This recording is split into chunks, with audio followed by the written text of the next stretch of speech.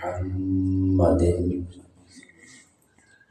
رسوله النبي الأمين المكين الحنين الكريم الرؤوف الرحيم. أما بعد فأعوذ بالله من الشيطان الرجيم. بسم الله الرحمن الرحيم.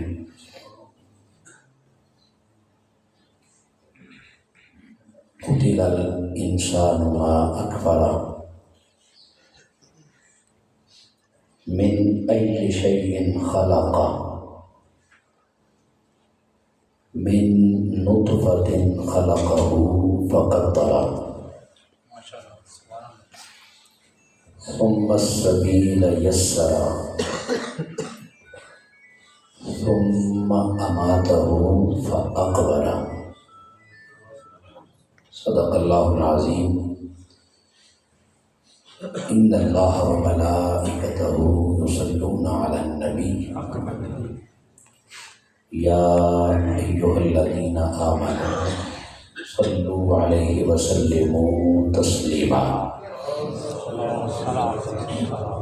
اللہم صل علی سیدنا ومولانا محمد وعلی آل سیدنا ومولانا محمد معدن الجود والکرم وبارک وسلم. الصلاۃ والسلام علیک یا سیدی یا رسول اللہ وعلی آلک واصحابک یا سیدی یا خاتم النبیین. مولا یا صلی وسلم دائما ابدا علی حبیبک خیر الخلق کلہم. یا رب بالمصطفیٰ بلغ مقاصدنا واغفر لنا ما مضى یا وسیع الکرم. مولا یا صلی وسلم دائما ابدا علی حبیبک خیر الخلق کلہم. تو شاہد عالم کا گدا ہے کہ نہیں ہے، فطرت میں تیری ذوق وفا ہے کہ نہیں ہے. کچھ سوچ کہ آتا ہے تیرا رزق کہاں سے، کچھ سوچ کہ آتا ہے تیرا رزق کہاں سے. سرکار کی نسبت کا صلہ ہے کہ نہیں ہے، سرکار کی نسبت کا صلہ ہے کہ نہیں ہے. اور یہ چادر تطہیر ہے زہرا کا قصیدہ، یہ چادر تطہیر ہے زہرا کا قصیدہ. ہر بیٹی کے سر پر یہ ردا ہے کہ نہیں ہے، ہر بیٹی کے سر پر یہ ردا ہے کہ نہیں ہے. اور موضوع سے ریلیونٹ کہ محروم رہی فاتحہ خوانی سے قبر بھی، محروم رہی فاتحہ خوانی سے قبر بھی. گستاخ محمد کو سزا ہے کہ نہیں ہے، گستاخ محمد کو سزا ہے کہ نہیں ہے. اور لکھتے رہے عباس کے بازو یہ تیرا نام، لکھتے رہے عباس کے بازو یہ تیرا نام. کٹ مرنا کسی پر یہ وفا ہے کہ نہیں ہے، کٹ مرنا کسی پر یہ وفا ہے کہ نہیں ہے. اور جن جن کی مائیں اور والدین زندہ ہیں اللہ انہیں سلامت رکھے، اور جو مولا کے حضور پیش ہو چکے ہیں اللہ پاک ان کی کامل بخشش فرما کر درجات میں بلندی عطا فرمائے. ماں باپ ایسی عبارت ہیں کہ انہیں جب بھی پڑھو گے، ماں باپ ایسی عبارت ہیں کہ انہیں جب بھی پڑھو گے ہر لفظ کا عنوان دعا ہے کہ نہیں ہے؟ ہر لفظ کا عنوان دعا ہے، ہر لفظ کا عنوان دعا ہے کہ نہیں ہے؟ تو شاہد عالم کا گدا ہے کہ نہیں ہے؟ فطرت میں تیری ذوق وفا ہے کہ نہیں ہے؟ بعد الحمد و سلام انتہائی واجب الاحترام اسٹیج کی زینت علماء کرام، ثناخانان مصطفیٰ، مہمانان گرامی قدر، میزبانان مجلس، معزز و محترم و محتشم جملہ حاضرین و سامعین و ناظرین، غلامان مصطفیٰ صلی اللہ تعالیٰ علیہ وسلم، بالخصوص محترم المقام عزت مآب حضرت حافظ نذیر احمد صاحب مزید تشرف ہو، نائب صدر پاکستان عوامی تحریک شمالی پنجاب، محترم المقام عظیم ثنا خان محترم سیماب قادری صاحب، میزبانان مجلس، آج ہم جن کے ایصال ثواب کی مجلس سجا کے بیٹھے ہیں،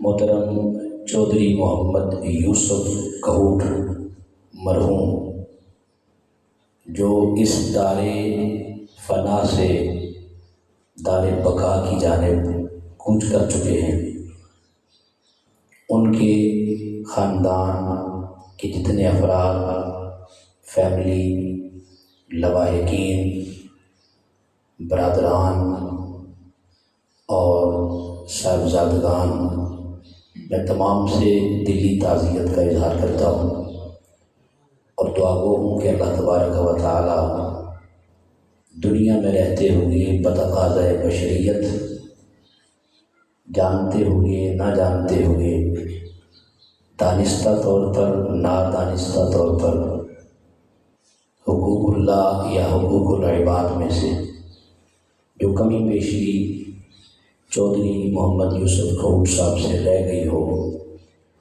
اللہ تبارک و تعالی تمام چھوٹے بڑے گناہوں پر اپنا قلم عفو پھیرتے ہوئے آج کی آنے والی رات، شعبان المعظم کی 15ویں رات، شب توبہ، شب برات کے صدقے ان کی کاملاً بخشش فرما کر ہمیشہ کے لیے درجات میں بلندی نصیب فرمائے اور انہیں حضور تاجدار کائنات صلی اللہ تعالیٰ علیہ وسلم کی سنگت، معیت اور پڑوس نصیب فرمائے۔ محترم حاجی رب نواز کہوٹ صاحب، محترم عزت مآب عظیم علمی شخصیت، عزت مآب محترم شفقات عباس کہوٹ صاحب، محترم محمد یونس کہوٹ صاحب، محترم کامران حیدر کہوٹ صاحب، عرفان حیدر صاحب، نظر حسین کہوٹ صاحب، اشفاق حسین کہوٹ اور جملہ برادری، خاندان، لواحقین، اللہ پاک سب کو صبر جمیل عطا فرمائے اور صبر پر اجر جزیل عطا فرمائے۔ سامعین مکرم، آج کی اس نشست میں اس کا موضوع اور عنوان رکھا گیا فکر آخرت، اور میں چاہوں گا کہ جتنے لمحے ہم یہاں بیٹھے ہیں، آج اگر آپ میں سے کسی ایک شخص کی آنکھ سے نکلا ہوا آنسو مولا کے حضور قبول ہو جائے گا اور اس پورے بھرے مجمع میں سے ایک شخص بھی اپنی آخرت، اپنی موت، قبر اور حشر کو یاد رکھتے ہوئے اس کی تیاری کی فکر شروع کر دے، تو میں سمجھوں گا کہ آج کی اس محفل کا کوئی نتیجہ نکلا ہے۔ ایک ہوتی ہے عمومی رسمی گفتگو، ایصال ثواب پہ آپ سنتے رہتے ہیں، اگر ہم ایصال ثواب پہ بات کریں تو قرآن و حدیث کی روشنی میں گھنٹوں دلائل دے سکتے ہیں، لیکن میرا ایمان ہے اس مجلس میں جتنے احباب آئے بیٹھے ہیں ان سب میں سے کوئی ایک بھی ایسا نہیں ہے جو ایصال ثواب کا منکر ہو۔ ہم سب ایصال ثواب کے قائل ہیں، یہ ہمارا عقیدہ ہے، تو تبھی ہی ایصال ثواب کی مجلس میں بیٹھے ہیں۔ تو اس لیے ہم کچھ اصلاحی گفتگو اور کوئی پیغام میں چاہوں گا کہ آج قرآن سے کوئی پیغام لے کے اٹھیں آج کی اس 40ویں کے پروگرام میں، اس بابرکت محفل پاک سے۔ سامعین مکرم، ماں باپ کا جو سایہ ہوتا ہے اس میں کوئی شک نہیں کہ یہ اللہ کی بہت بڑی رحمت ہے۔ یہ جب سر سے سایہ اٹھ جاتا ہے اس وقت انسان کو احساس ہوتا ہے کہ مجھ سے کتنی بڑی کمزوری اور کمی کجی رہ گئی تھی۔ اس سے پہلے کہ اللہ یہ نعمت لے لے، ماں باپ کی قدر کرنا سیکھے۔ ابھی میں آپ کے پاس یہاں پہنچا ہوں، ممکن ہے پیچھے کسی کو کوئی خبر نہ ہو، کوئی پریشانی نہ ہو، لیکن ابھی آپ سے گفتگو شروع کی ہے تو میری والدہ محترمہ کی کال آنا شروع ہو گئی کہ میرا بیٹا خیریت سے پہنچا ہے کہ نہیں پہنچا۔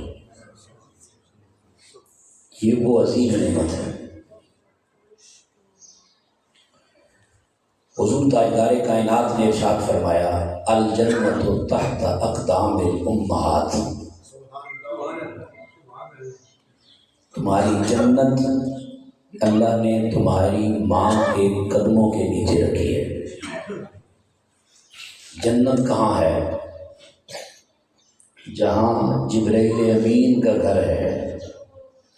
جبرائیل کے گھر کے سامنے اتنی بلند، اتنی عظیم، اتنی بڑی نعمت جنت، ماں کا مقام، اس سے اندازہ لگائیں کہ اللہ نے اس جنت کو کہاں سے اٹھایا اور اٹھا کے ماں کے قدموں کے نیچے دے دیا۔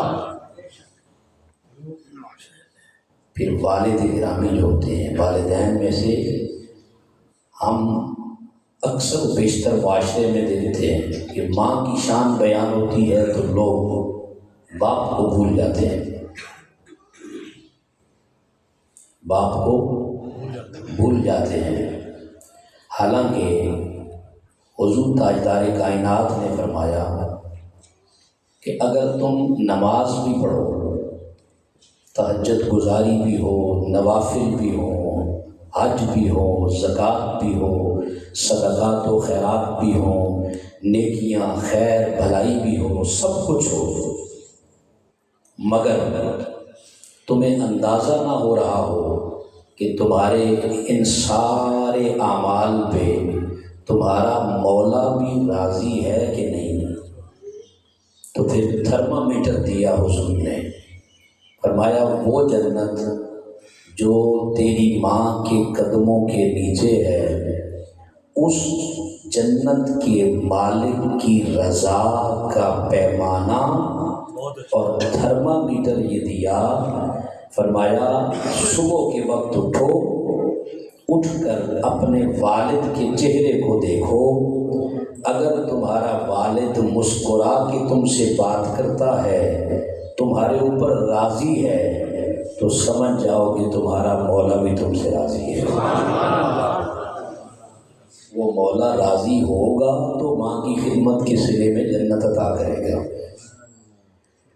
سامعین مکرم، وقت کے دامن میں اتنی گنجائش نہیں کہ میں کسی بھی ایک مضمون کو لے کے ڈیٹیل میں سیر حاصل گفتگو کر سکوں۔ جتنا وقت میسر ہے اس میں رہتے ہوئے میں چاہوں گا ایک خلاصہ، لب لباب، فکر آخرت کے حوالے سے، موت، قبر اور حشر اور انسان کی اوقات، ہم میں سے کئی لوگ صبح گھر سے نکلتے ہیں کسی کام سے، شام کو پلٹتے ہیں، ایک ارادہ لے کے جاتے ہیں کہ میں نے یہ کام کرنا ہے، اور اگر آپ روڈ پہ چلتے ہوئے کسی جانے والے شخص کو کہیں روک کر کہ آپ کہاں سے آ رہے ہو اور کہاں جا رہے ہو، وہ نہ بتا سکے، نہ اس کو آنے کی خبر، نہ اسے جانے کے مقصد کی فکر، تو آپ کہیں گے یہ کوئی پاگل ہے، اس کو اتنی خبر نہیں کہ آ کہاں سے رہا ہے اور جا کدھر رہا ہے۔ ہم میں سے اکثر لوگ، ہمیں خبر ہی نہیں کہ ہم آئے کہاں سے، ہم نے جانا کہاں ہے، آخرت کیا ہے، اللہ کی حضور پیشگی کیا ہے، اس کے لیے تیاری کتنی ہے۔ تو کیا ہم سے بڑا کوئی پاگل ہو سکتا ہے؟ ہم میں سے ہر شخص دانشور ہے، ہر شخص سمجھدار ہے، ہر شخص وہ کہتا ہے کہ میں حکیم الامت ہوں، مگر دیانتداری کے ساتھ اگر آپ دیکھیں کہ یہ جو دانشور بنے پھرتے ہیں، ان میں سے اکثریت وہ ہے جو پاگل پن کا شکار ہے۔ ابھی ہم گزر رہے تھے، حافظ صاحب کو میں نے کہا ہم کہوٹ، اس ڈوب کہوٹ میں داخل ہونے سے پہلے پیچھے ایک قبرستان کے پاس سے گزرے، کبھی ہم نے دھیان نہیں دیا۔ لوگ کہتے ہیں ڈوب چودھریاں بڑی آباد ہو گئی، پھر یہ چودھری وہاں سے ہجرت کر کے ڈوب کہوٹ پہ آ گئے، بڑی آبادی لگ گئی، ادھر بھی آباد ادھر بھی آباد۔ میں نے کہا نادان، اللہ کی عزت کی قسم اٹھا کر کہہ رہا ہوں، ڈھوک چودھریاں کی آبادی اور ڈھوک کہوٹ کی آبادی تو دکھائی دے رہی ہے، ادھر قبرستان میں بھی دیکھ، وہ بھی بڑھتا چلا جا رہا ہے، ادھر بھی کبھی نظر دوڑائیں۔ قبرستان میں جیسے ادھر آبادی بڑھ رہی ہے، قبرستان چھوٹا نہیں ہو رہا، وہ بھی بڑھتا چلا جا رہا ہے۔ حضرت امام حسن رضی اللہ تعالیٰ عنہ، آپ سے کسی نے پوچھا کہ آپ کے علاقے میں پاگل کتنے ہیں؟ انہوں نے پہلے پوچھا بتائیں آپ کے اس پورے علاقے میں عقل مند کتنے؟ میں نے کہا نا ہر کوئی دانشور ہے، آپ کے اس علاقے میں عقل مند کتنے ہیں؟ حضرت امام حسن کہتے ہیں کہ یہ نہ پوچھ کہ یہاں عقل مند کتنے ہیں، یہ پوچھ یہاں پاگل کتنے ہیں۔ انہوں نے کہا پہلے پاگلوں کا پوچھا، پھر عقل مندوں کا پوچھا۔ کہا پاگل کتنے ہیں؟ کہا پاگلوں کا پوچھو گے تو پھر مجھے جو لسٹ بنانی پڑے گی وہ بڑی طویل ہے، اگر اس سے آسان سوال کرو تو کہو عقل مند کتنے ہیں، تو میں تمہیں فوراً وہ لسٹ سامنے لا دیتا ہوں۔ کہا اچھا بتائیں آپ کے ہاں عقل مند کتنے ہیں؟ کیونکہ پاگلوں سے تو بازار بھرے ہوئے ہیں، پاگلوں سے تو باہر جوؤں کے اڈے بھرے ہوئے ہیں، اور ہمارے ہاں تو ہماری پارلیمنٹ میں بھی سارے پاگل نظر آ رہے ہیں۔ پاگل تو ہر طرف ہیں، عقل مند کتنے ہیں اور کون ہیں؟ آپ نے ایک پیمانہ دیا، کہا میرے پورے علاقے میں 2 یا 4 یا 5 لوگوں کے نام گن کر بتایا۔ کہا یہ 4-5 لوگ عقل مند ہیں، باقی سارے پاگل رہتے ہیں۔ کہا وہ کیسے ہیں؟ کہا یہ جتنے رہتے ہیں یہ سارے کے سارے دنیا میں لگے رہتے ہیں، دنیا کی کمائی، دنیا کے لیے وقت، دنیا کے لیے دماغ کھپائی، سب کچھ دنیا کے لیے کرتے ہیں۔ ان میں سے صرف یہ 5 ہیں، 4-5 کہ جو ہی آذان کی آواز آتی ہے یہ دنیا کے سارے کام چھوڑ کر مسجد میں دوڑ گئے۔ تو عقل مند وہ ہے کہ جسے آخرت کی فکر ہے۔ عقل مند کون ہے؟ جسے آخرت کی فکر ہے۔ عقل مند وہ ہے جسے اس دنیا میں رہتے ہوئے اس دنیا کی فکر نہیں ہے اور اسے ہر وقت مرنے کی، موت کی، قبر کی، حشر کی، آخرت کی تیاری کرتے رہنے میں اس کا وقت گزرتا رہتا ہے، اسے در حقیقت عقل مند کہتے ہیں۔ ہم میں سے کتنے ہیں جنہوں نے موت اور قبر اور حشر کی تیاری کر رکھی ہے؟ اللہ تبارک و تعالیٰ نے قرآن مجید فرقان حمید کا آخری پارہ ہے اور سورہ عبسہ کی 5 آیات میں نے آپ کے سامنے تلاوت کی ہیں۔ اللہ تبارک و تعالیٰ نے ارشاد فرمایا قتل الانسان ما اکفرہ۔ میں نے کہا نا کہ جس کو نہ آنے کی خبر ہو نہ جانے کی فکر ہو اسے پاگل کہتے ہیں۔ ہمیں یہ خبر ہی نہیں ہم آئے کہاں سے اور کس مقصد کے لیے آئے، اور یہ بھی خبر نہیں ہم نے جانا کہاں ہے اور اس کی تیاری کے لیے سامان کتنا تیار کر رکھا ہے۔ اللہ تبارک و تعالیٰ نے فرمایا قتل الانسان ما اکفرہ۔ انسان ذرا سوچ آیا کہاں سے ہے؟ ہم نے اس زندگی کو، اس چند لمحوں کی زندگی کو فائنل زندگی سمجھ لیا ہے، مگر در حقیقت یہ زندگی کا ایک مرحلہ ہے۔ زندگی تو ماں کے بطن سے بھی پہلے کی ہے۔ قرآن مجید میں مختلف مقامات پہ اللہ پاک نے سورہ ملک کے اندر اللہ پاک نے ارشاد فرمایا الذی خلق الموت والحیات۔ موت اور حیات کا جو تصور ہے جو ہم نے گھڑ لیا ہے، موت حیات یہ نہیں، ہم نے سمجھا کہ زندگی یہ ہے جو اس دنیا میں 50 سال، 40 سال، 60 سال، 80 سال گزار لی، یہ کل زندگی ہے۔ اور جب موت آئی تو موت نے زندگی کا خاتمہ کر دیا۔ یہ یاد رکھیں کہ نہ تو یہ زندگی کل زندگی ہے اور نہ ہی موت اس زندگی کو ختم کرنے کا نام ہے۔ جیسے یہ زندگی ایک مرحلہ وار پیچھے سے چلتی آ رہی ہے، اسی طرح موت بھی اس میں سے ایک مرحلہ ہے۔ وہ مرحلہ آتا ہے، گزر کے چلا جاتا ہے اور انسان اگلے مرحلے میں داخل ہوتا ہے۔ کیف تکفرون باللہ وکنتم امواتا فاحیاکم ثم یمیتکم ثم یحییکم ثم الیہ ترجعون۔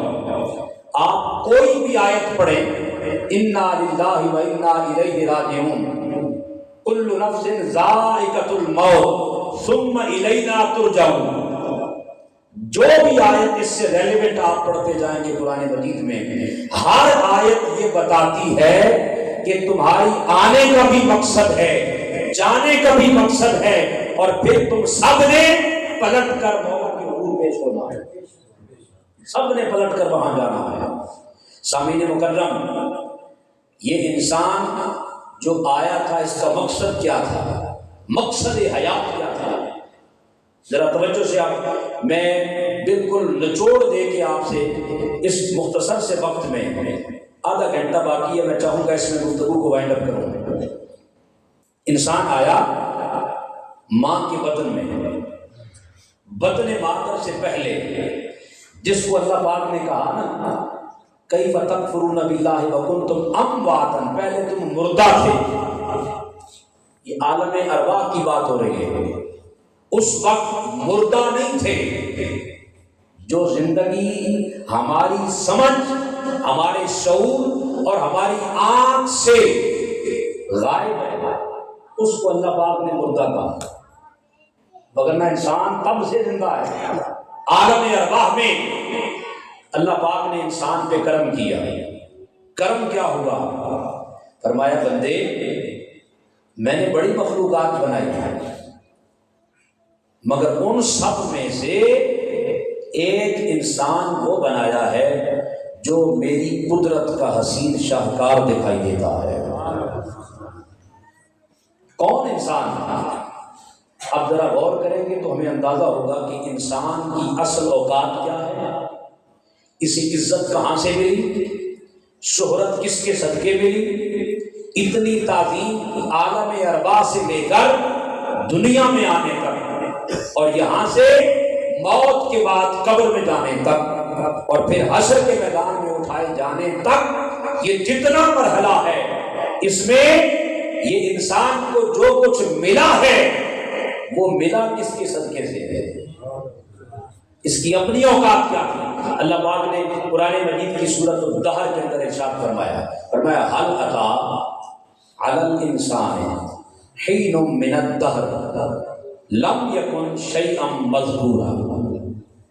فرمایا اے اکڑ اکڑ کر چلنے والے انسان، اے قوت و غرور سے چلنے والے انسان، اے اپنی طاقت کے نشے میں مست انسان، اے اپنے علم پہ ناز کرنے والے انسان، اے اپنے ظاہری وجود اور شان و شوکت پر فخر کرنے والے انسان، کیا کبھی تو نے سوچا کہ تیری اوقات کیا ہے؟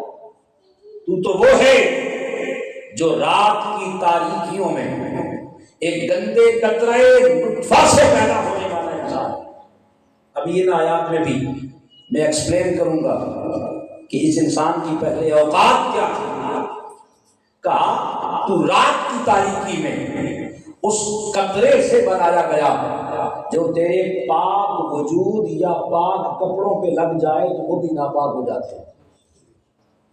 اکڑتا ہے، زمین پہ چلتا ہے، گردن میں سریا ہے، کوئی کہتا ہے مجھے اقتدار کا نشہ، کوئی کہتا ہے مجھے طاقت کا نشہ، کوئی کہتا ہے میری جوانی کا نشہ، کوئی کہتا ہے میرے علم کا نشہ، کوئی کہتا ہے میری دولت کا نشہ، کوئی کہتا ہے میری سرمایہ داری ہے، میری دوستی یاری ہے، میرے تعلقات ہیں۔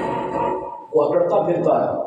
تاجدار گولڈا، وارث علوم مہر علی، شاعر ہفت زبان شاہ نصیر الدین نصیر گولڈوی نے قلم اٹھایا، آپ نے فرمایا بندے اتنا نہ اکڑ، اتنا نہ اکڑ۔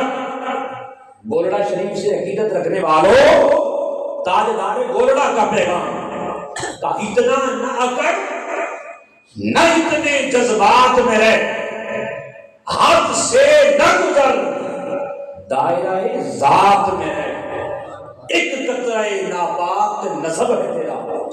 بندے اوقات یہی ہے تیری، اپنی اوقات میں رہ، اوقات یہی ہے تیری، اپنی اوقات میں رہ۔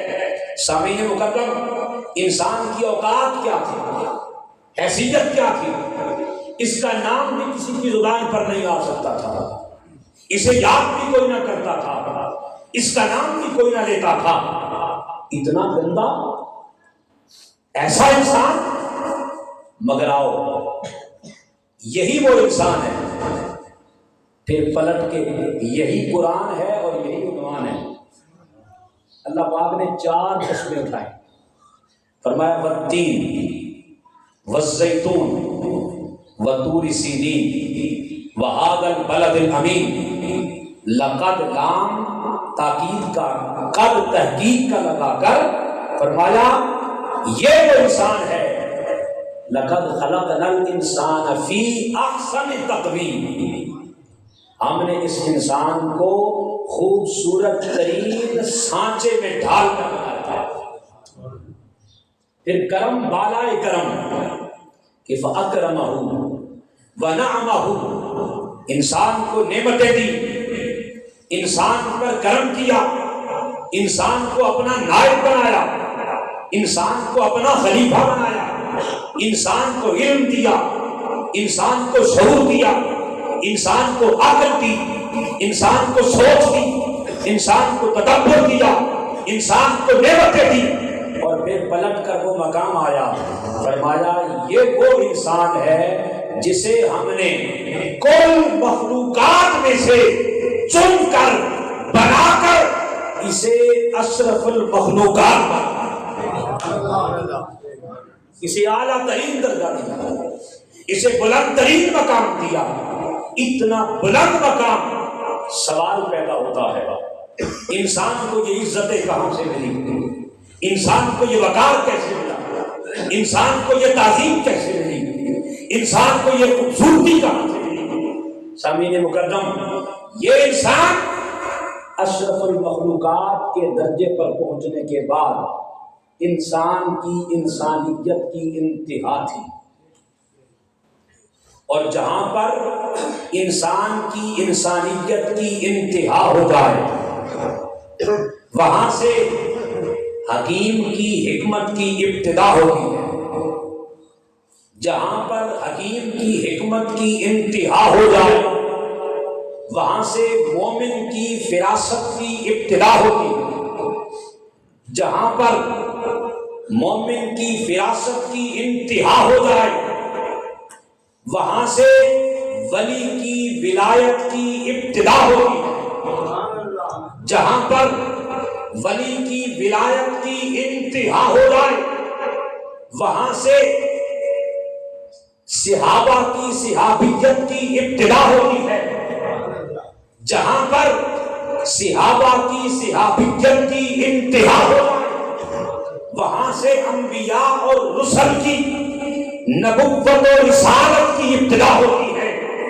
اور جہاں پر انبیاء اور رسل کی نبوت و رسالت کی انتہا ہو جائے وہاں سے مصطفیٰ کی نبوت کی ابتدا ہوتی ہے، وہاں سے مصطفیٰ کی رسالت کی ابتدا ہوتی ہے، وہاں سے مصطفیٰ کی جلوتوں کی ابتدا ہوتی ہے، وہاں سے مصطفیٰ کی خلوتوں کی ابتدا ہوتی ہے، وہاں سے مصطفیٰ کی شوکتوں کی ابتدا ہوتی ہے، وہاں سے مصطفیٰ کی بلندیوں کی ابتدا ہوتی ہے، وہاں سے مصطفیٰ کی قربتوں کی ابتدا ہوتی ہے، وہاں سے مصطفیٰ کی محبتوں کی ابتدا ہوتی ہے، اور پھر وہ مقام آ جاتا ہے کہ ہر مقام مصطفیٰ کا ہے، ہر عطا مصطفیٰ کی ہے، ہر جزا مصطفیٰ کی ہے، ہر رضا مصطفیٰ کی ہے۔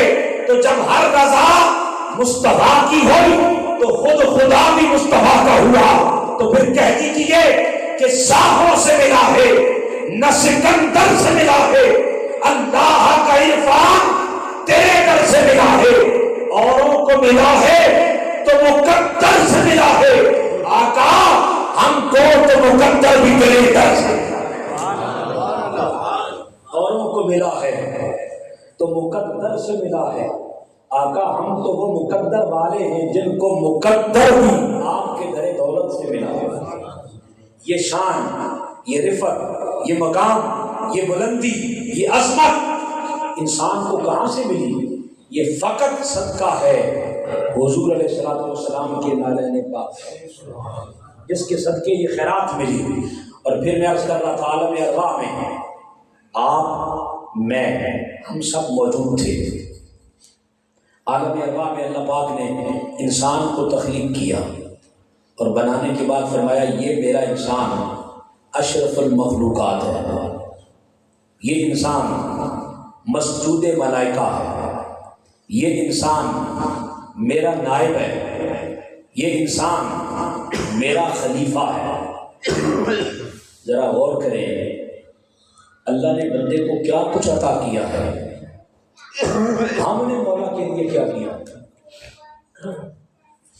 ہم نے اللہ کی رضا کے لیے کیا کیا، جن کے صدقے یہ سب کچھ ملا ہم نے مصطفیٰ کے لیے کیا کیا، حضور کے لیے کیا کیا۔ اللہ پاک نے تو انسان کو عالم ارواح میں بھی عزت دی، پھر یہ انسان سفر کرتے کرتے ماں کے بطن میں آیا ہے، ماں کے بطن میں آ کر 9 مہینے اللہ نے اس انسان کو ماں کے پیٹ میں رکھا. غور کریں اگر ایک جھٹکا لگ جاتا, ایک جھٹکا, ایک ٹھوکر لگ جاتی تو کیا زندگی محفوظ رہ سکتی تھی؟ مگر اللہ کہتا ہے ہم نے تیری ماں کے پیٹ میں 9 مہینے تجھے بچا بچا کے رکھا, تیری حفاظت کرتے رہے. نہ صرف حفاظت کی, اللہ فرماتا ہے والذی یصورکم فی الارحام کیف یشاء, تیری ماں کے بطن میں تیری صورت گری بھی ہم کرتے رہے, تجھے بناتے رہے, تجھے سنوارتے رہے, تجھے تیار کرتے رہے. انسان کو اتنی خوبصورتی سے سجایا, بنایا, سنوارا, حسین بنایا, اور حسین بنا کر فرمایا لقد خلقنا الانسان فی احسن تقویم, خوبصورت ترین بنا کر فرمایا, خوبصورت ترین سانچے میں ڈھال کر بنایا, اتنا حسین. پھر انسان پیدا ہوا, اس دنیا میں آیا, بچہ آیا, نہ چل سکتا ہے, نہ اٹھ سکتا ہے, نہ کھا سکتا ہے, نہ پی سکتا ہے, نہ کوئی اس کے پاس دولت, نہ کوئی اس کے ہاتھ میں طاقت, نہ اس کے پاس شعور, نہ اس کے پاس علم, نہ ادراک, نہ فہم, نہ سوچ, نہ تدبر, نہ تفکر, نہ علم, نہ شعور, نہ کوئی دولت, نہ کوئی طاقت, کچھ بھی نہیں, بے سہارا. اللہ کہتا غور کر, ہم نے تیری ماں کے دل میں کس طرح تیرے لیے محبت پیدا کی. تو نے پاخانہ کیا, کوئی اور ہوتا تو کبھی نہ دھوتا. تیری ماں کے دل میں ہم نے یہ محبت رکھی, اس نے تجھے تیری حفاظت اس طرح کی کہ اگر 8-10 دن تک گندگی میں پڑا رہتا, کوئی نہ اٹھاتا, تو وہیں سے بیماریوں کا شکار ہو جاتا, وہی بیمار ہو جاتا, تکلیف میں مبتلا ہو جاتا, بدبو میں بیٹھا رہتا. مگر تیری ماں نے تجھے پالا, تجھے بڑا کیا, تجھے اپنے ہاتھوں سے کھلایا. تیرا بچپن, اللہ کہتا قتل الانسان ما اکفرہ, ہلاک ہو جا انسان, تو کتنا بڑا ناشکرا ہے, ہلاک ہو جا. اللہ کہتا تیری ضرورت ہی نہیں ہے, ہلاک ہو جا, مر جا, کتنا بڑا ناشکرا ہے. ہم نے تو تجھے کہا تھا لئن شکرتم لازیدنکم, نعمتوں پہ شکر ادا کرتا جا, ہم نعمتیں بڑھاتے چلے جائیں گے. مگر تو نے ہر نعمت پر ہماری ناشکری کی ہے, ہر نعمت پر ناشکری کی ہے. یہ ایک آنکھ اللہ نے دی ہے, ایک آنکھ, اس سے کبھی ہم دیکھتے ہیں. آپ کروڑ روپے کا کیمرہ خرید کے لائیں, مہنگے سے مہنگا موبائل, اس کو چیک کریں, اس کی رینج کہاں تک ہے. پھر آپ اس آنکھ کو اٹھائیں, اس کو دیکھیں یہ کہاں تک دیکھتا ہے, یہ کیمرہ کہاں تک دیکھتا ہے.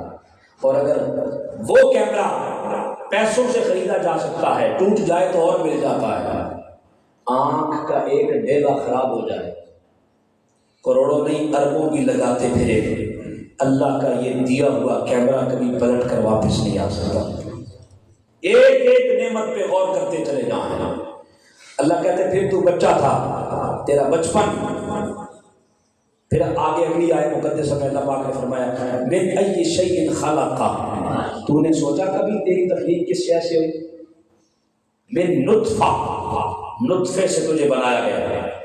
اور پھر فرمایا خلقہ فقدرہ.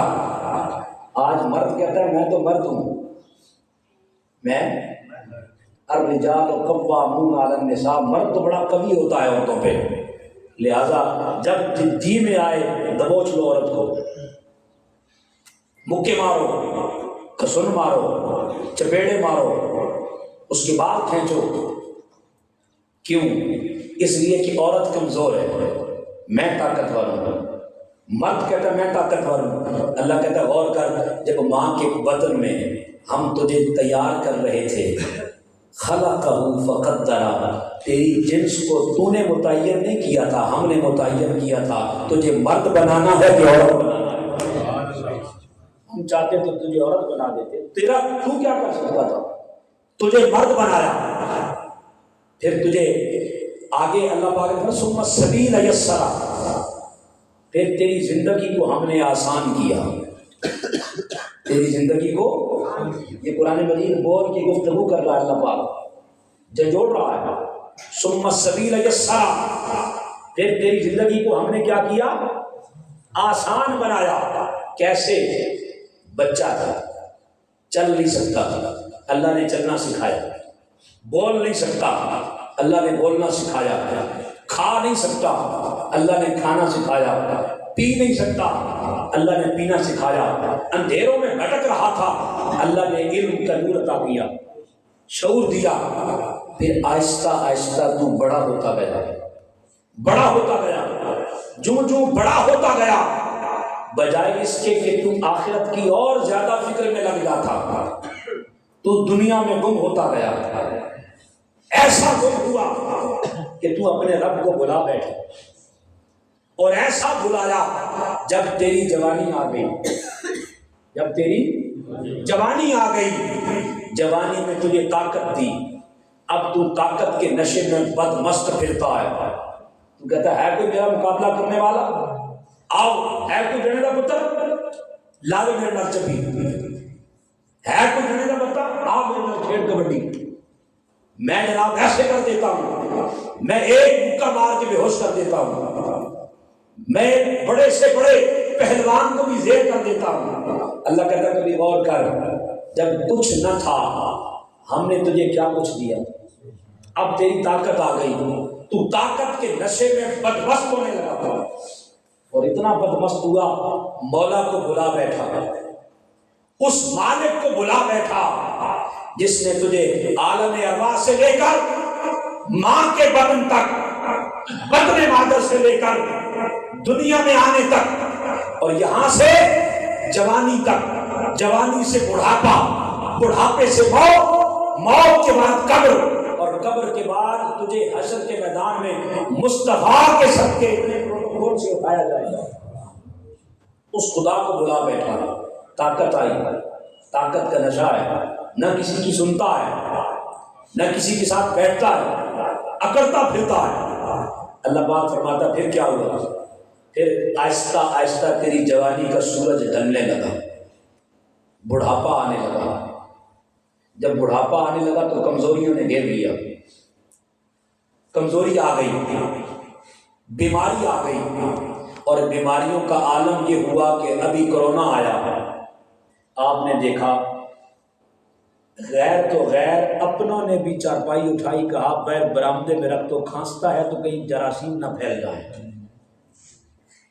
یہی بوڑھے کا حال ہوتا ہے، بوڑھا ہو جائے، کمزوری ہو جائے، اب اس کی طاقت نہیں رہی، اب اس کو گھمنڈ ختم ہو گیا، تکبر ختم ہو گیا، اب غرور ختم ہو گیا، خود بخود ٹوٹتا گیا، اب نہ سرمایہ کام دے رہا ہے، نہ دوست یار سنگی بیلی کام دے رہے ہیں، نہ دولت کام آ رہی ہے، نہ طاقت کام دے رہی ہے، بڑھاپا آ گیا، اب اتنا بڑھاپا آیا کہ بیماریوں نے گھیرا، کھانستا ہے تو گھر والوں کو تکلیف دیتا ہے، اپنے بیٹوں نے چارپائی اٹھائی اور اٹھا کر باہر رکھ کر کہا ادھر رکھو، یہ کھانستا ہے تو ہمیں تکلیف دے رہا ہے۔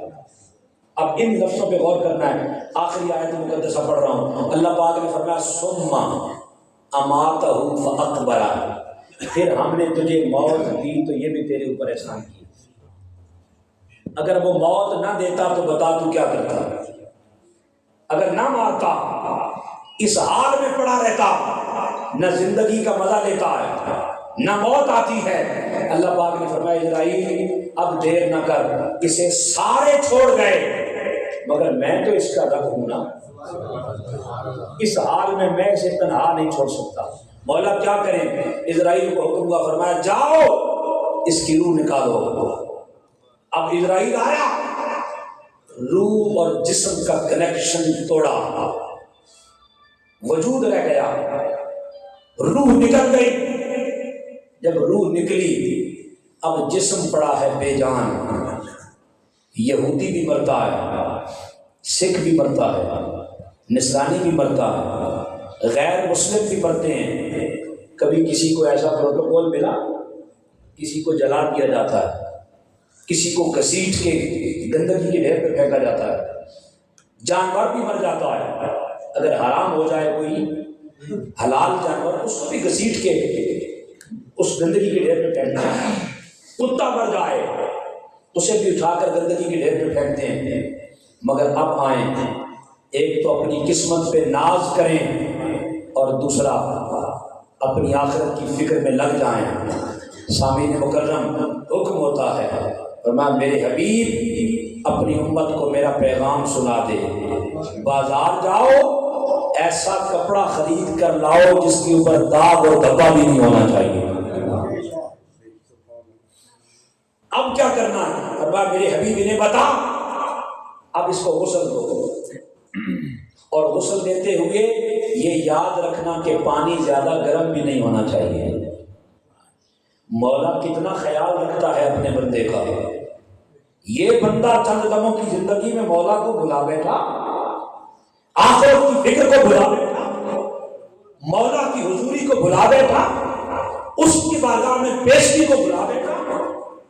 اللہ کہتا ہے میرے حبیب بتا، اس کو غسل دو، پانی زیادہ گرم اور زیادہ ٹھنڈا نہیں ہونا چاہیے، مکس کر لینا۔ مولا یہ مر گیا ہے، مردہ ہے، اور میں تمہیں مردہ لگتا ہے، میری قدرت کا حسین شاہکار میرا بندہ ہے۔ مولا کیا کرے؟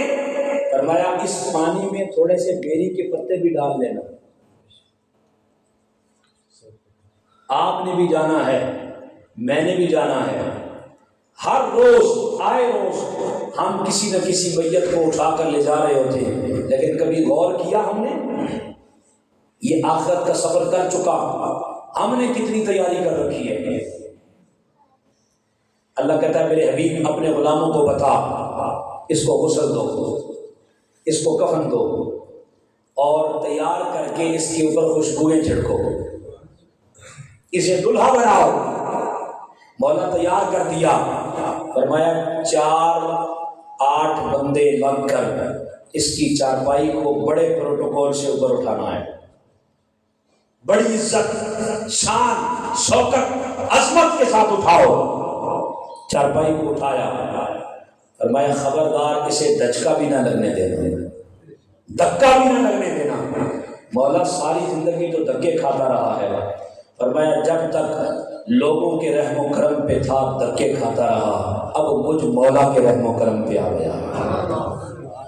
اٹھاؤ عزت کے ساتھ، پروٹوکول کے ساتھ اس کی چارپائی اٹھا کے، اور کوئی وقت کا محدث بھی آ جائے، مفسر آ جائے، خطیب آ جائے، فقیہ آ جائے، متقی آ جائے، اسے بھی حکم دیا، فرمایا خبردار میری قدرت کے حسین شاہکار کے آگے آگے نہیں چلنا، سارے پیچھے پیچھے چلو۔ باراتی پیچھے چل رہے ہیں، دلہا جا رہا ہے، فرمایا یہ میری بارگاہ میں آ رہا ہے، میں خدا خود اس کا استقبال کرتے ہوئے یہ میرا مہمان بن رہا ہے، میں رب اس کا میزبان بننے والا ہوں۔ اٹھا کر چلے، اور جو حضور کا غلام ہوتا ہے، حضور کا عاشق ہوتا ہے، حضور پہ گجرے درود کے پڑھنے والا ہوتا ہے، آقا کی نعت پڑھنے والا ہوتا ہے، حضور پر درود و سلام پڑھنے والا ہوتا ہے، اس کی چارپائی خالی نہیں جاتی۔ کہتے ہیں یہ حضور کے عاشق کا جنازہ ہے، ذرا دھوم سے نکلے، کلمہ طیبہ کا ورد کرتے ہوئے لے جاؤ، نعت مصطفیٰ پڑھو، درود و سلام محمد و آل محمد پر پڑھ کر لے کر چلو۔ چارپائی لے کے چلے، جنازہ گاہ میں جا کر چارپائی رکھی۔ شریعت کا قاعدہ، اسلوب، طریقہ، فقہ کا قاعدہ، قانون کیا ہے کہ جب بھی جماعت کھڑی ہوتی ہے، مقتدی پیچھے ہوتے ہیں، امام آگے ہوتا ہے۔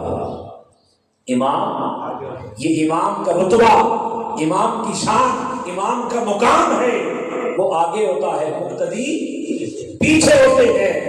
فرمایا آج اس کو اتنا پروٹوکول دے رہا ہوں، اتنا پروٹوکول دے رہا ہوں، پاکستان کی کسی مسجد کا خطیب تو درکنار، مسجد نبوی کا خطیب بھی آ جائے، کعبے کا امام بھی آ جائے، اسے بھی کہنا آپ پیچھے ہو جاؤ، میری قدرت کے شاہکار کو آگے رکھنا۔ چارپائی آگے رکھی، مولا یہ پیچھے زندہ کھڑے ہیں، یہ تو مردہ ہے۔ فرمایا میں ان کو بتانا چاہتا ہوں آج یہ تم سے بڑا آگے نکل گیا ہے، بڑا آگے نکل گیا ہے۔ مولا آگے کیسے نکل گیا؟ کہا تمہیں تو خبر نہیں ہو رہی، مگر ابھی تھوڑی دیر کے بعد یہ جہاں دفنا کے تم گھر پلٹ آؤ گے، اسے دیدار مصطفیٰ نصیب ہونے والا ہے، حضور کا دیدار نصیب ہونے والا ہے۔ کھڑے ہو کر نماز جنازہ میں پڑھا، اللہ کی حمد، تعریف، توصیف، ثنا بیان کرنے کے بعد درود پڑھا حضور کی ذات پہ، پھر اس کی بخشش کے لیے دعا مانگی۔ اب اس کو اٹھایا، اللہ کہتا ہے ثم اماتہ، میں نے موت دی تو احسان کیا، فاقبرہ، اقبرہ مقبرے سے ہے، قبر کو کہتے ہیں۔ فرمایا پھر اسے اٹھا کے پھینکنا نہیں ہے، اس کے لیے چھوٹا سا گھر بناؤ جسے قبر کہا جاتا ہے۔ قبر بنائی، قبر بنا کر پروٹوکول سے لے کے آئے اور 10 بندے لگ کر اسے نیچے قبر میں اتار رہے، تعظیم دے رہے، اتار کر قبر کو بند کر دیا، اوپر مٹی ڈال دی۔ اللہ کہتا ہے اب تمہارا کام ختم ہو گیا، مجھے رب کا کام شروع ہونے والا ہے۔ مولا آپ کیا کرنا ہے؟ یہاں پر حفیظ جالندری ایک شاعر ہیں جنہوں نے قومی ترانہ لکھا ہے پاکستان کا، انہوں نے ایک کلام لکھا ہے، اس کلام کا ایک شعر میں آپ کو عرض کرتا ہوں۔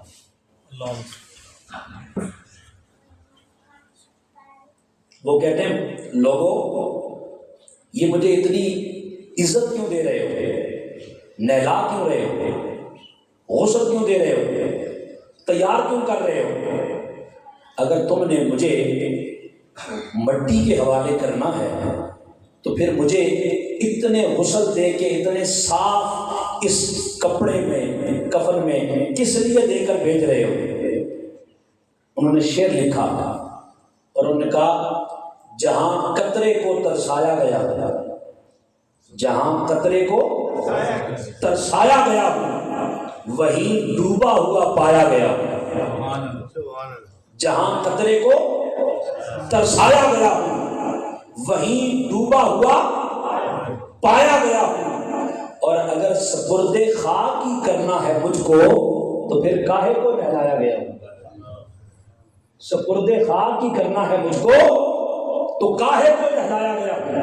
انہوں نے ایک اعتراض کیا شعر میں کہ اگر مجھے مٹی کے حوالے کرنا ہے تو پھر تیاری کس نے کروائی گئی؟ اس شعر پر تاجدار گولڑا نے جواب دیا، شعر میں جواب دیا اور کہا آؤ میں بتاتا ہوں کہ اس کو کس لیے نہلایا جا رہا ہے، کس لیے تیار کروایا جا رہا ہے۔ تاجدار گولڑا شاہ نصیر الدین نصیر گولڑوی نے قلم اٹھایا اور کہا کہ نظر بعالم پاکیزگی پڑے ان پر، اس لیے مسافران لحد،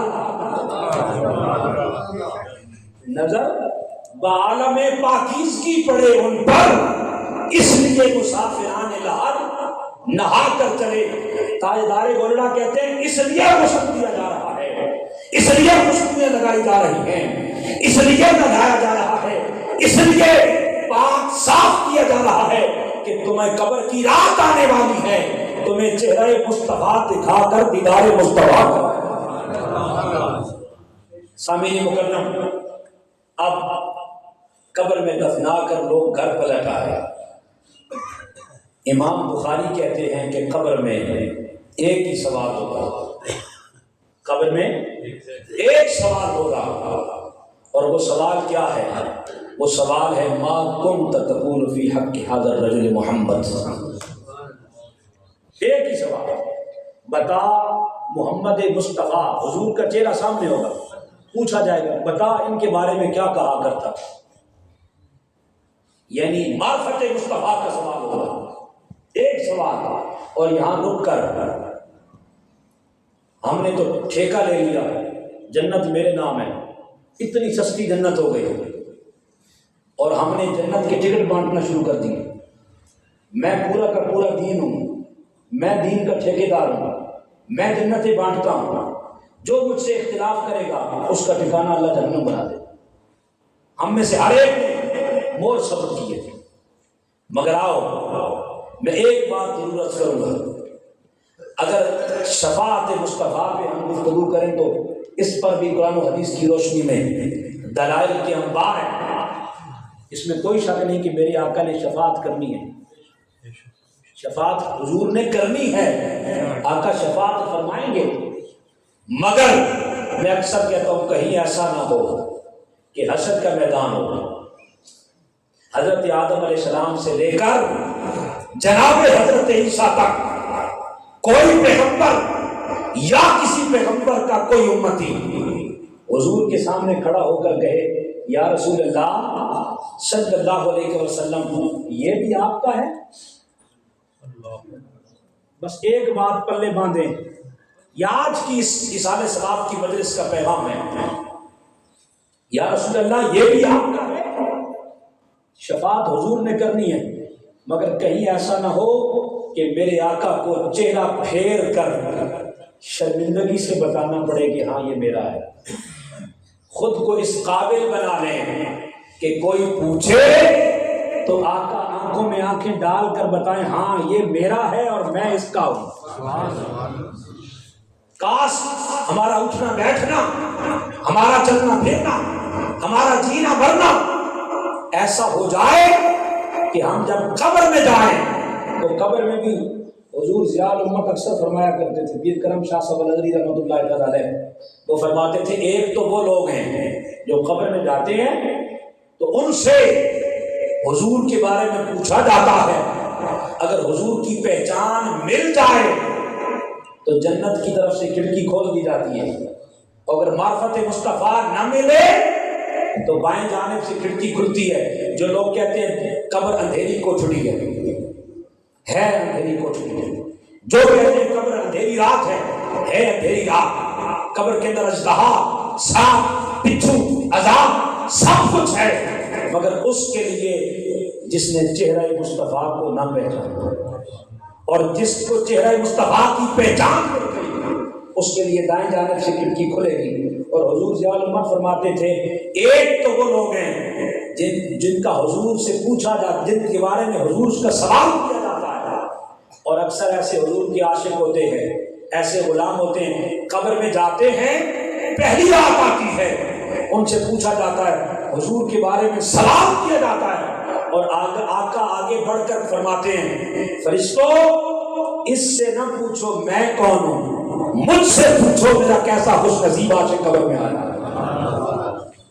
کاش ہماری زندگی ایسی بن جائے کہ قبر میں جائیں تو آقا خود فرمائیں اس سے کیوں پوچھتے ہو، یہ تو مر کے پہنچا ہے یہاں اس دل ربا کے واسطے، میری خاطر ہی تو یہاں آیا ہے، میری خاطر ہی تو یہ جیتا رہا اور یہ تصور کرتا رہا کہ زندگی بیت گئی،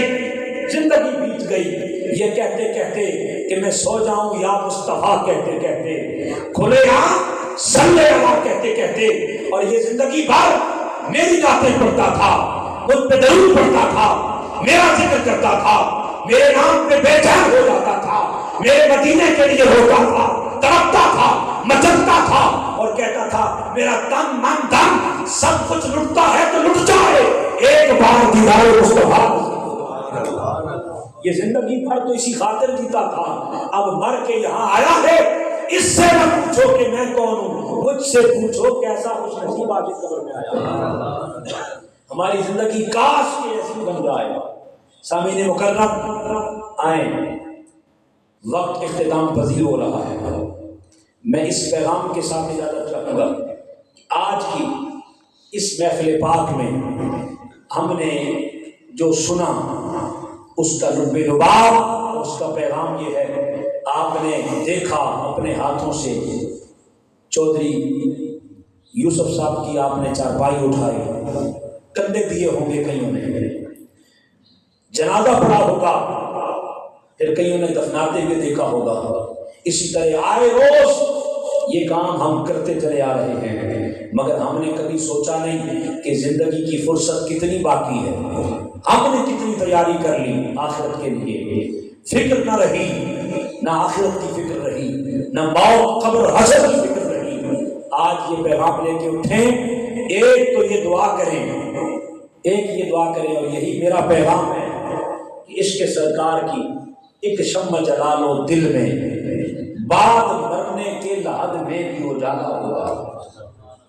اگر چاہتے ہیں کہ قبر میں حضور کی پہچان مل جائے، آقا کی معرفت مل جائے، حضور کی قربت، معیت، پڑوس اور حشر کے میدان میں شفاعت مصطفیٰ کے جھنڈے تلے جگہ، تو پھر یہ زندگی اس قابل بنا لیں، اس قابل بنا لیں کہ زندگی سے جائیں، موت کی طرف منتقل ہو قبر کی جانب، ہر شخص کہے اس کی زندگی قابل رشک ہے، اور آگے جانے والے کہے اس کی موت بھی قابل رشک ہے۔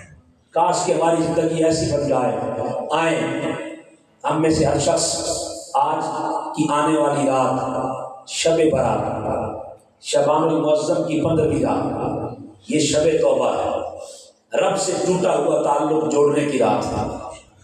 ہم سب کا تعلق اپنے مولا سے ٹوٹ گیا ہے، ہم نے اپنے مولا سے ٹوٹا تعلق بحال کرنا ہے۔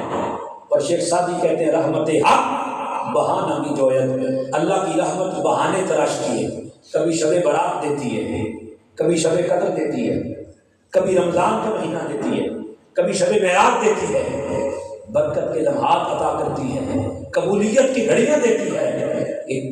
کہیں ایسا ہو جائے کہ میرا بندہ کوئی میری طرف آنا چاہے، وہ ایک قدم اٹھائے، 10 قدم بڑھ کر اللہ کی رحمت اسے اپنے سینے سے لگا دیتی ہے۔ اور یہ وہ رات ہے جس رات غروب آفتاب سے لے کر طلوع آفتاب تک اللہ اپنی شان کے لائق آسمان دنیا پر نزول اجلال فرماتا ہے اور آواز دیتا ہے کوئی مجھ سے میری رحمت کا طلبگار تو میں اسے رحمت عطا کر دوں، ہے کوئی مجھ سے رزق کا متلاسی تو میں اسے رزق عطا کر دوں، ہے کوئی مجھ سے معافی کا طلبگار تو میں اسے معافی کا پروانہ جاری کر دوں، ہے کوئی آج کی رات مجھ سے بخشش کا طلبگار کہ میں اسے بخش دوں، ہے کوئی آج کی رات بدحالی سے خوشحالی کی جانب جانے والا تو میں اسے بدحالیوں سے نکال کر خوشحالیاں عطا کر دوں، ہے کوئی آج کی رات مجھ سے رزق کا متلاسی میں اسے رزق عطا کر دوں، ہے کوئی آج کی رات مجھ سے ٹوٹا تعلق بحال کرنے والا، ارے مانگنا تمہارا کام ہے، صبح سورج طلوع ہونے تک تمہاری جھولیاں بھر بھر کے لوٹانا خدا اللہ آواز دیتا ہے اور کہتا ہے ہم تو مائل بکرم ہیں، کوئی سائل ہی نہیں، راہ دکھلائیں کسے، کوئی راہ روے منزل ہی نہیں۔ اللہ پاک ہم سب کو موت، قبر اور حشر اور آخرت کی تیاری کرتے رہنے کی توفیق عطا فرمائے۔ اس محفل پاک کو اللہ پاک اپنی بارگاہ میں قبول فرمائے اور قبول فرما کر حضور کے صدقے اہل بیت اطہار کے دوپہر جن کے سال ثواب کے لیے سجائی گئی، اللہ مرحوم چودھری محمد یوسف صاحب کی کامل بخشش فرما کر درجات میں ہمیشہ بلندی عطا فرمائے۔ وما علینا الا البلاغ المبین۔ ایک مرتبہ سورہ فاتحہ